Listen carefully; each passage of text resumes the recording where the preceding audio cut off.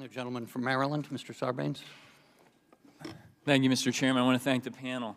I wish Congressman Meadows were still here because I'm delighted that he's thinking of stepping into the small donor matching system that is proposed in H.R. 1.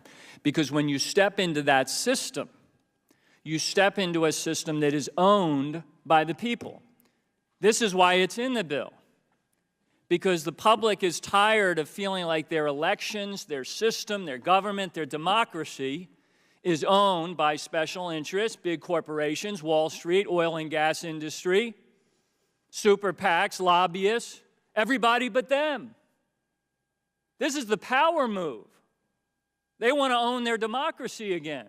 And all across the country, as you pointed out, citizens are stepping up and taking that power back by creating these systems where they're the owners, the rightful owners of their own democracy. And they can get that back, Mr. Mirabani, I think you said, for $1 a year. $1 a year. That's right. Per citizen. To ransom your democracy back from the people who've taken it hostage so you can call the shots. So I would love for Congressman Meadows to step into that system. I'd like every member. It's a voluntary system. You don't have to do it. But I'd like every person to step into that system because that's owned by the people. That's the whole idea. People are sick and tired of being sick and tired, to use Fannie Lou Hamer's words, at a system that is run by somebody else. So that's the argument for that system. Now let me get to a couple of the other things that have been mentioned here in the 3 minutes and 15 seconds that I have. Somebody said at the outset that this was theater. I think the ranking member said maybe it was theater. This is not theater. We're trying to set the table on the democracy, make people feel more empowered, like their voice counts and they're not locked out and left out of their own democracy and their own government and their own republic. That's why we're doing this. Somebody said, why are we hooking all these things together? Voting, ethics, campaign finance. Because the people have told us, if you just do one and you don't do the others, we're still frozen out, the system's still rigged. You fix the voting stuff, but if you go to Washington and nobody's behaving themselves, that doesn't solve the problem.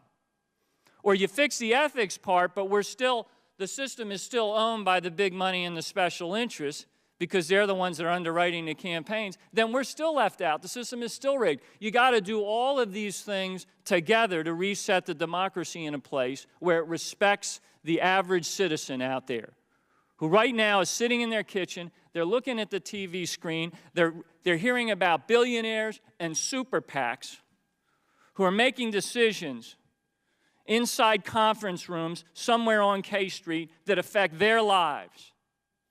And all they're saying is, we want back in. We're tired of sitting out here with our noses pressed against the window, looking in on the democracy that we have no impact on. That's why we're linking all of these things together, to reset the table so the special interests aren't the ones that are calling the shots. Is voter fraud the problem? Mr. Smith would have you think so. Voter fraud is not the problem. We know the statistics on voter fraud. They're microscopic. Voter suppression is the problem. The obstacle course that has been set up that makes it so difficult for people to register and get to the polls, and that it demoralizes them, and they stay home. It's not worth it. We have to fix that, as Congressman Cummings said. That's the baseline. The most powerful form of protest and engagement an American citizen has is the right to vote. But too many people in too many parts of this country still can't get to the ballot box. That's all it's about.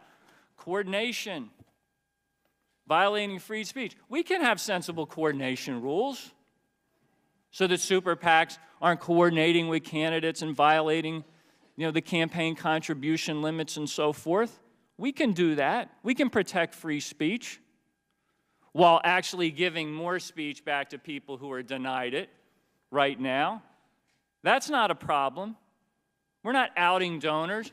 The provisions of transparency in this bill are targeted to mega donors who give more than $10,000, who right now are hidden behind this Russian doll kind of structure where you can't see who it is. Who's behind the curtain? Who's putting all this money into campaigns? The public wants to know that. That's reasonable. Let them see what's happening to their own democracy and give them their power back. That's what H.R. 1 is.